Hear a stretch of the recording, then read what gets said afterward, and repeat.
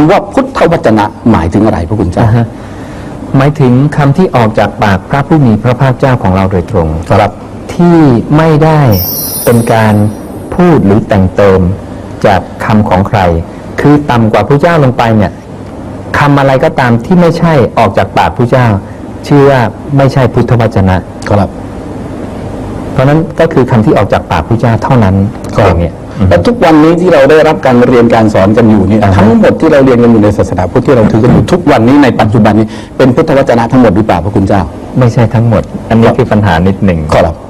ปัญหาอย่างไรพระคุณเจ้าปัญหาคือว่าเพราะเหตุว่าเราเนี่ยไม่ได้ใช้คำของพระตถาคตพระพุทธเจ้าโดยตรงครับศาสนาจะเสื่อมไปเรื่อยๆครับพระเจ้าท่านตรัสไว้เองพระองค์บอกว่าคำที่คนแต่งใหม่หรือคำของสาวกเนี่ยอย่าไปฟังให้ฟังแต่คำตถาคตมีพระสูตรนะครับ